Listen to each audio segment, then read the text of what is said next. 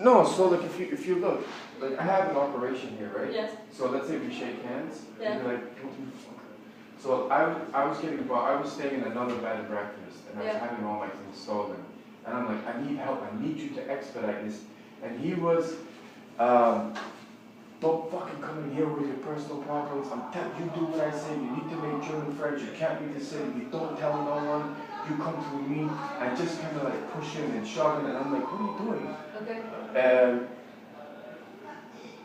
And really to the point, he's like questioning me, like, go take your medication. And like, you can't talk to someone like that, especially your own lawyer. I understand. That is absolutely not a good lawyer, but that is not exactly a crime. No, but what I mean is, if he's squeezing my hand to the point that it's now painful, and I'm like, stop. Yeah. As I'm walking out the door, the last time I saw him was when it was getting really bad. And he said, I don't have fucking time to come in here. Don't come in my office, and pushed me out the door. Okay. So there was 2 staff members out there, and I'm like, what the hell's going on? Get out. Okay. And then that's the last time I saw him. Then I got attacked. Then I called him from Düsseldorf. He's no longer my lawyer. And then he completely disengaged. He retracted all his emails. And now he has all my evidence against SAP, and I can't get it back. Yeah, that is also it's a bit complicated because that he is holding back the information is not correct. And if you get another lawyer, you can make him to give it back, but it's not a crime. So we can. Well, he's withholding confidential information that, if it got out, could get me in a lot of serious trouble. I know that. I understand that. But it's not a crime. It's not a crime to hold back information. It's putting you in a really bad situation, and it's maybe not allowed what he does, but the physical assault can't happen. I mean, I'm a big enough guy. I know when I'm being pushed around. He was pushing me around, and as it got closer and closer to the date, he was getting more stressed. I don't know if someone was in his ear, but you can't put your hands on me. Yes. Okay. So about that is a crime. Okay. He can't be violent against you. So it was this very hard handshaking. Well, it was a hard handshaking. Out of the door. But he's like right in my face, and then physically pushing me out the door. Okay. And the thing is, I saw him 4 or 5 times. Mm-hmm. The last 3 times was the same and more aggressive and violent each time. Okay. To the last point, every time he it's getting worse and worse and worse. With every handshake? No, we didn't. How often does it happen? Well, he knew my hand was busted. He did the handshake thing twice. On the last time, it was just a case of like grab you by the arm and get out. Yeah. Okay. And the thing is, do you were injured after that? Yeah, I had like bruises on my arm. Okay. Okay. Good. So that is how to put that? That is the crime part. What he did to you. All the other things is really bad for you, and I do understand it, but it's not a crime. But what I mean is I know that is a bad situation, and maybe they are doing it on purpose to push you around. Well, the one thing is when I spoke to the Arbeitsgericht, once I have a police report, I can explain the violence, and the new lawyer can also get my information back. Yes. But I'm just telling you what happened. Yeah, I know. So now I can't go to court to SAP until I get a new lawyer. Mm-hmm. And the only way for me to get a new lawyer is I have evidence of what he did, but also a police report, then I get a Berichtigungsschein, then I get a new lawyer. Yes. Then I can go on SAP, because as of right now, because he was my lawyer for SAP, I can't take on SAP. So right now I'm just losing my career, my money, my health, and everything. Okay. The one in the station hostel is pretty self-explanatory. This guy came in, targeted me from the start. Monday he left me alone. Tuesday was a waste of time. I couldn't use the bathroom. He came in our room, he attacked me, he attacked the German guy, and I lost my things. Yeah. Okay. Good. So we'll start with the lawyer part. Yeah. I need your ID. Yeah.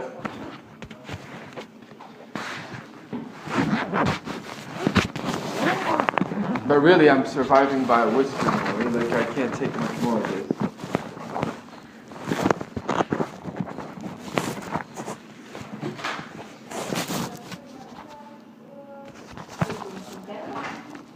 Yeah.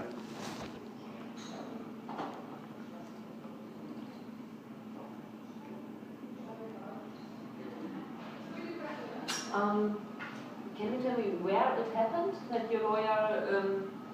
Well, what happens is he has his own office, and then they have a meeting room. Okay. It was in the meeting room. And where is that? Where is this? It is in the building. In which city? In which? Oh, Hannover. Sorry. In Hannover. Okay. It's like Ludwig Barnaby Straße. His name is Daniel Lauterback. Okay. Wait, I get you. I get you a paper so you can write it down. I think I have it written down. Oh, you have it. Oh, great. Because I have to. That's in there.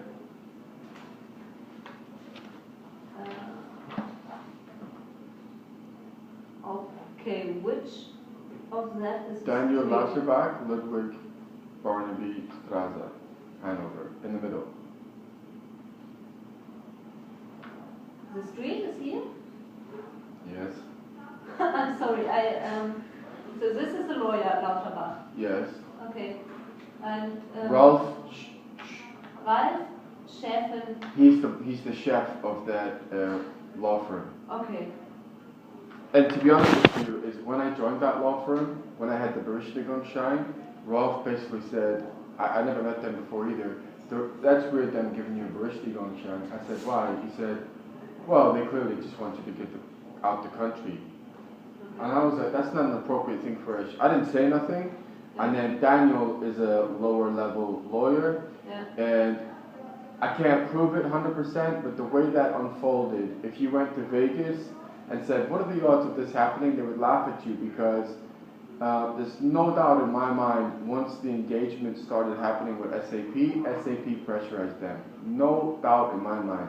Okay. Because their behavior was so bad, and yeah, that is possible.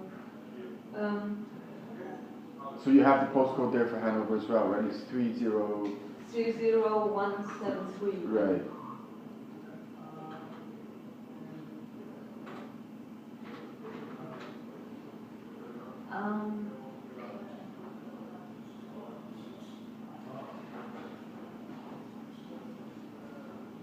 So basically within 24 hours, you know how you were saying the African guy might have been coincidence in the hospital?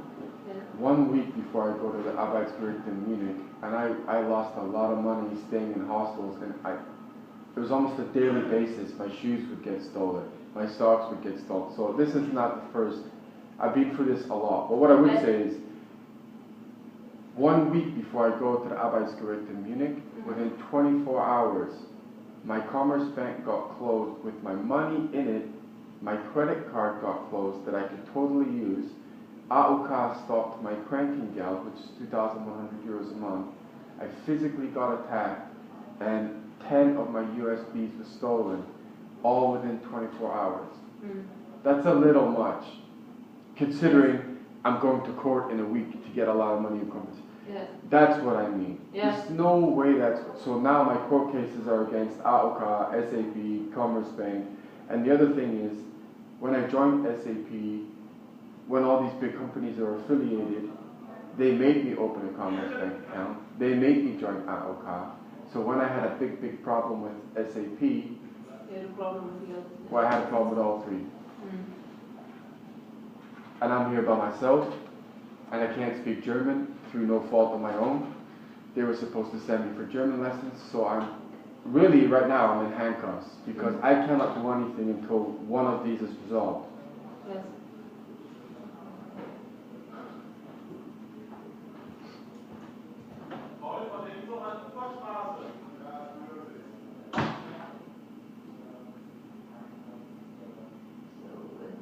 Ludwig Barney's Straße Yes, one. in Hanover, yeah.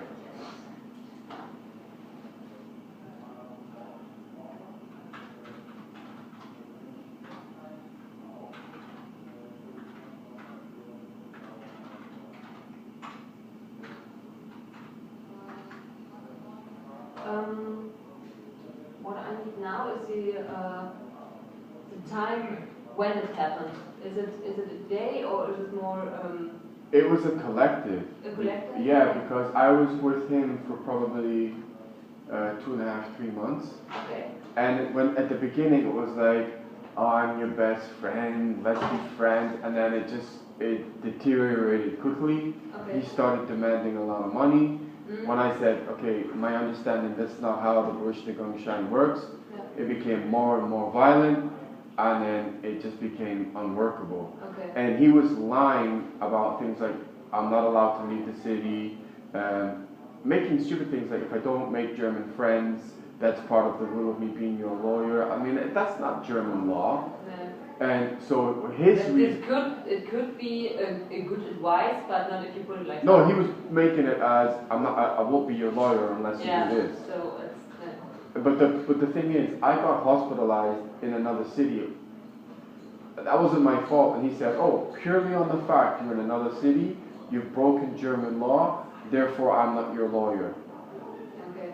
And then that's when my Commerce Bank got blocked. That's when there's no way that would just happen. Yeah. Okay. And the thing is, I can't go back to, I can't take on SAP until I do this and get another lawyer. Yes. Of course, you definitely need a lawyer. Yeah. Okay. So can you say which months it happens? Yeah, it was last summer. Last summer. Okay. Which months? To say a day to begin and a day to end about that? Just one other thing.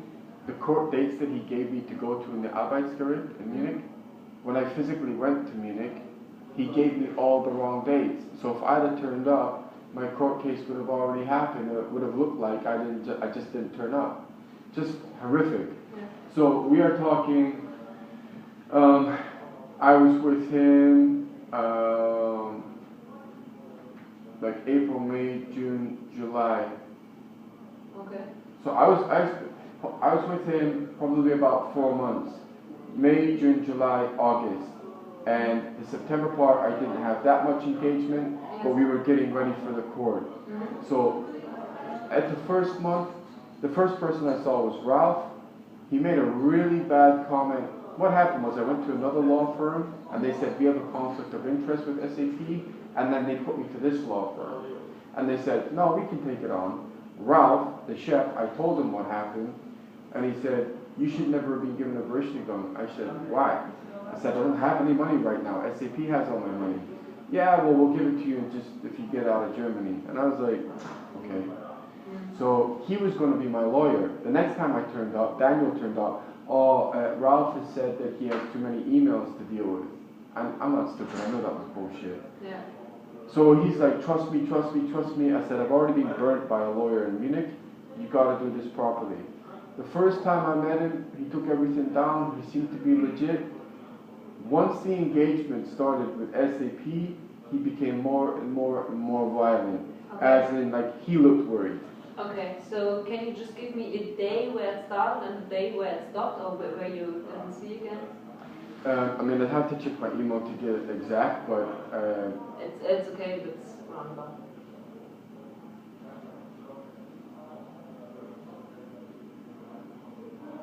May, June, July, August, September. Or in all of this Yeah. months. Okay, so I just take 1st of May and the end of September. Yeah. Okay. Because the court case was in October, and he had pretty much completely disengaged by that point. Yeah.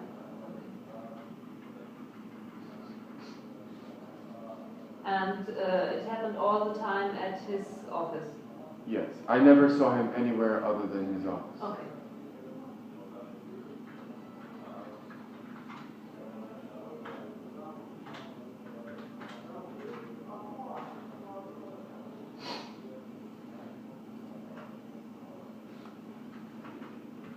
I called several times, and the staff said he won't speak to you.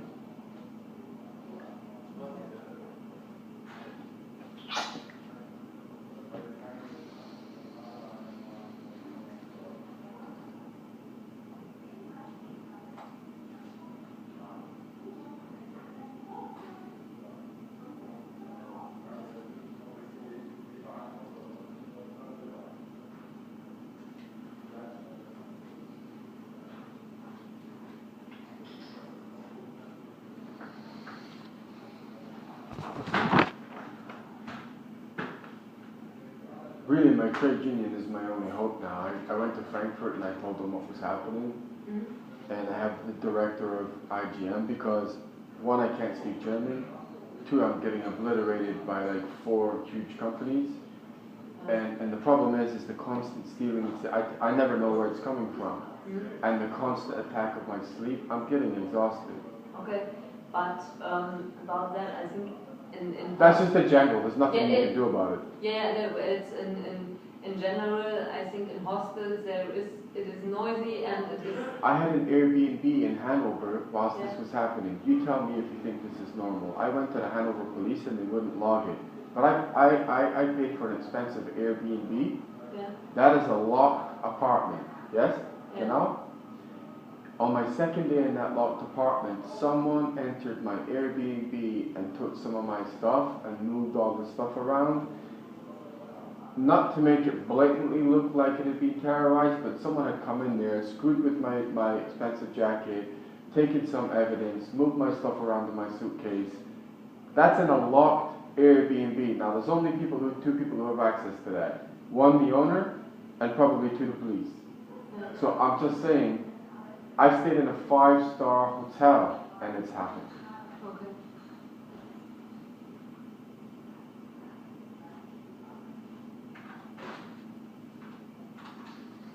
It's much easier in a hostel, but I'm targeted, there's no doubt. Because when I got robbed in Lyon, in France, they actually gave me a French police report that states this man is a targeted man because of this. If you can read French, you can read it. But it's gone on a long time.